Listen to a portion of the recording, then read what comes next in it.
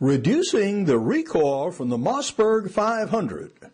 William Hovey Smith, 2014. I am the author of the forthcoming book, Profit, on how you can make $1 million or even billion-dollar business. This is Hovey Smith, the backyard sportsman. And today I'd like to tell you about recoil reduction on the Mossberg 500. There has been a tendency in the last several decades to make shotguns lighter and lighter weight in every given gauge, including the 12 gauge. That's not so bad if you're shooting only 1 ounce loads.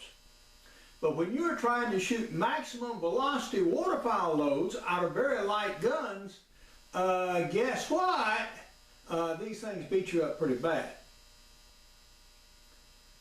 They didn't start putting aluminum receivers on shotguns until the 1950s, and the Mossberg was among the first to come out. They were very popular guns. They're strong, yeah, but you need to reduce the recoil. Now they tried some things, like this barrel is vented right here. This vents some of the gas before it escapes and supposedly reduces recoil some. This gun also has a wooden stock. Now that makes the gun heavier than it would be if it had a synthetic stock, for example. But when I duck hunted, as you will see, I had some problems with it. Well, we are duck hunting on Butler Island and we got blood in the boat. Well, that's not unusual when you're duck hunting, but unfortunately that blood is mine. What I am using is a Mossberg 500 and heavy metal, and that is just too much load for that lightweight gun.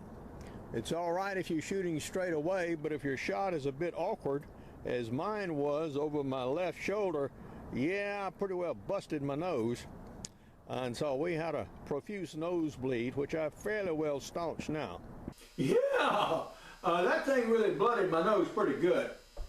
I'd already done some preliminary work on it before, and in fact had replaced a wooden magazine plug with a steel one. Okay, this helped a little bit, but I still needed more weight. So we're going to put some lead shot in the butt cavity, all right? And we're going to block it up with some shredded plastic bags in the back to keep it from rattling back and forth, okay? And replace the magazine plug with this piece of rebar. All right, now this is pretty heavy compared to this, and certainly heavier compared to the original wooden plug. Now when you disassemble the shotgun, the magazine tube just unscrews from the frame. Yeah. And you may need to use a vice grip here to get enough torque to break it loose. But grab it right here, right at the end, where it's more nearly solid metal, and pad your vice grip so you don't scratch up the finish stuff. Okay, so you unscrew it out, and then that releases the spring, and that releases the follower. Now you do have to take the barrel off first, okay? So that's that. And of course, this is the butt stock here, and the butt plate, and you need a Phillips screwdriver to take the butt plate out, okay? So, we proceed to fill up the butt cavity here with some lead shot.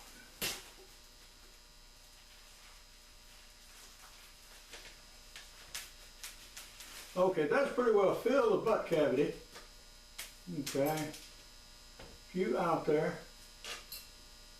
All right, now that is full. Okay, and then we replace our butt plate. Now I am going to put a little bit of padding right here, just to make sure that this shot doesn't rattle.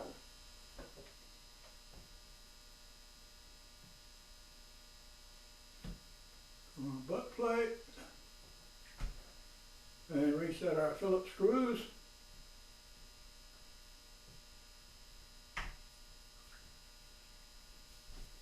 All right.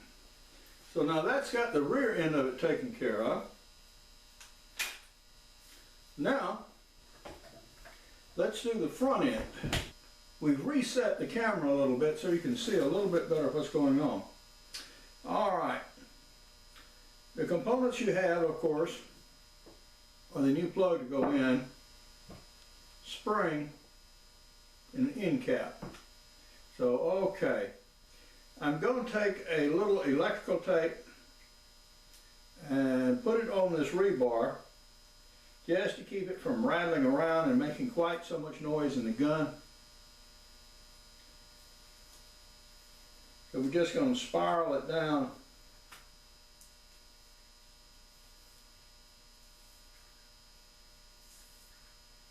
the rod a little bit. Okay. There we go.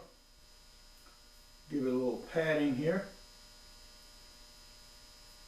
Now I have beveled these edges a little bit so it will tend to move easier. Okay.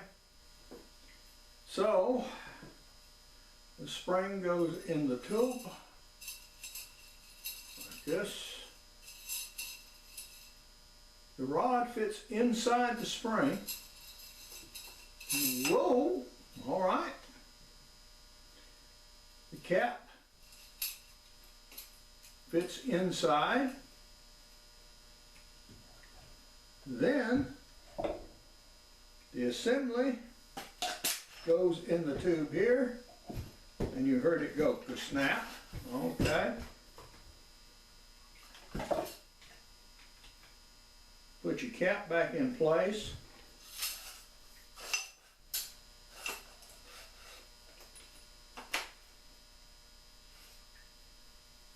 And then you proceed to screw in with the fingers. And I am going to put a little grease on it, just to ease it up.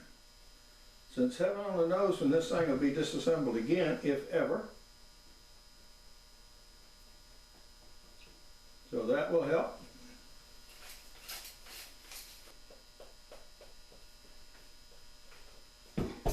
Okay.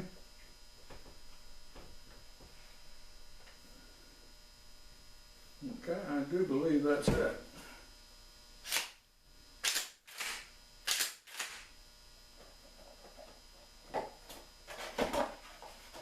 See how we do.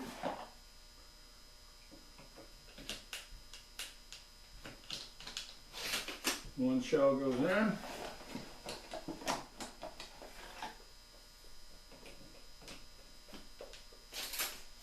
Two shell goes in.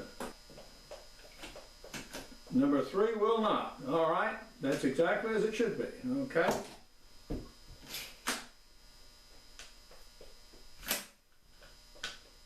So we have been successful in replacing the magazine tube and with putting the plug in. So now we replace the barrel.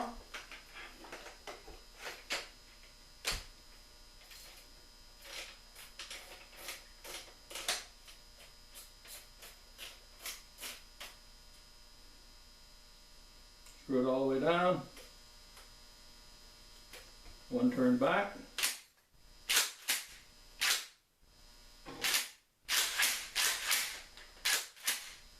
Okay. Now we have a heavier gun. Well, let's see how we have done. We started off at 7.5 pounds, and now we're at 8.5 pounds. So we've increased the weight of the gun by a full pound. So that should help. And the gun should now be much more comfortable to shoot with any level loads. And because we added weight in about equal measure on both the buttstock and in the fore end here, yeah, it should balance out pretty well. And yeah, it does. So what have we got? We now have a Mossberg that weighs 8.5 pounds. Excellent. That's just what you need to shoot these heavier waterfowl loads with. with waterfowl hunting, hopefully you're going to shoot more than one shot.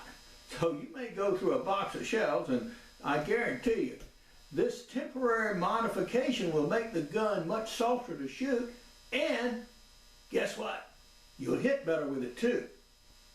Now, if you want to take this stuff out, there's no permanent modification done to the gun. Okay, you can have it both ways. A lightweight gun for quail and 1 ounce a shot. Or, with a simple modification, an 8.5 pound gun that you can actually shoot waterfowl loads with some degree of comfort. But now, this is Hovey Smith, reminding you to hunt what you eat and eat what you hunt. Be legal, be ethical, be safe, goodbye, God bless, and see you next time. My forthcoming book, Profit, examines the notion that there is nothing in human experience that cannot be converted to profit by an inventive mind. And this way, you can use your own creativity to start your own million or maybe even billion-dollar business. And I have 2 videos up right now about the bug. Now, adding weight to the Mossberg 500 and to the Mossberg 835 serves to make these guns both shootable waterfowl guns. For info on my books, blogs, and more than 375 videos, go to my website, www.hoveysmith.com. Good hunting and good eating from the outdoors. Goodbye, and God bless.